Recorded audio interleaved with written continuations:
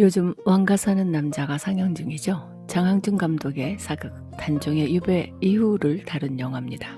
그런데 오늘 제가 하려는 이야기는 조선 왕조실록에 기록된 한 소년의 왕의 짧은 생애. 그는 왕이었지만 스스로 결정한 것은 단 하나도 없었습니다. 12살의 왕이 되어 17에 생을 마감했죠.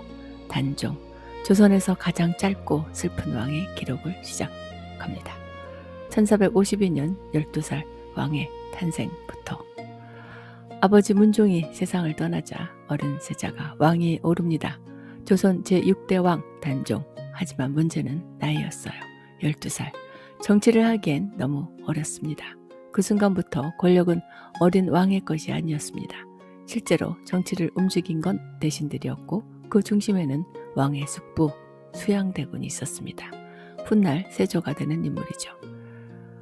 1453년 수양대군은 김종소 등 중신들을 제거하며 실권을 장악합니다.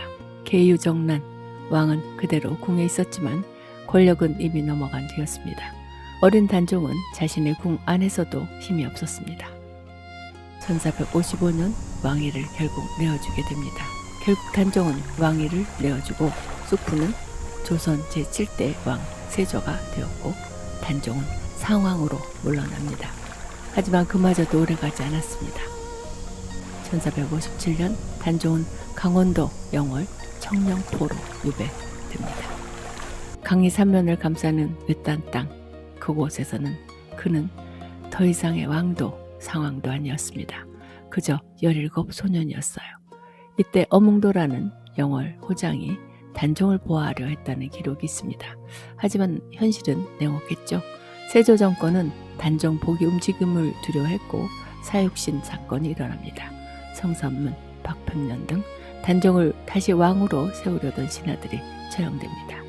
이 사건 이후 단종은 더 이상 살아있을 이유가 없었습니다. 기록은 간단하죠. 노상군이 죽었다. 노상군, 이미 왕의 호칭조차 잃은 이름. 사약설과 교살설이 전해지지만 타살 가능성이 높다는 게 일반적인 견해이기도 한 것 같고요. 분명한 건 하나, 17이었다는 것. 선택이 없는 삶. 단종은 어떤 왕이었을까요? 사실 그는 왕으로서 무엇을 할 기회조차 없었습니다. 정치는 대신들이 했고 권력은 숙부가 쥐었고 결정은 어른들이 내렸습니다. 그는 그저 왕위에 앉아있을 뿐이었습니다. 청령포에서의 시간, 강물소리, 산으로 둘러싸인 고립된 땅. 기록에는 감정이 남아있지 않지만 우리는 상상해 볼 수 있을 것 같습니다. 친구도 가족도 없이 자신의 운명을 기다리는 17 소년을 우리는 상상해 봅니다. 세조는 훗날 강력한 왕권을 확립한 군주로 평가받죠. 하지만 그 왕권의 시작에는 한 소년의 폐위와 죽음이 있었습니다. 단종은 숙종 때 왕으로 복권되며 묘호를 되찾습니다. 하지만 살아서 돌아오지는 못했죠. 그의 능은 영월 장릉에 조용히 그리고 쓸쓸하게 남아 있습니다. 왕이었지만 아무것도 선택하지 못했던 삶. 12살에 시작해 17에 끝난 이야기. 단종은 야망도 반란도 하지 않았습니다. 그저 그 자리에 태어났을 뿐입니다. 그리고 그것이 그의 비극이 되었습니다. 요즘 상영 중인 장항준 감독의 왕가 사는 남자는 어떻게 단종을 그려냈을까요? 출연진들의 연기는 우리에게 어떤 감동을 줄지 저도 한번 봐야겠습니다. 우리는 종종 권력의 승자를 기억합니다.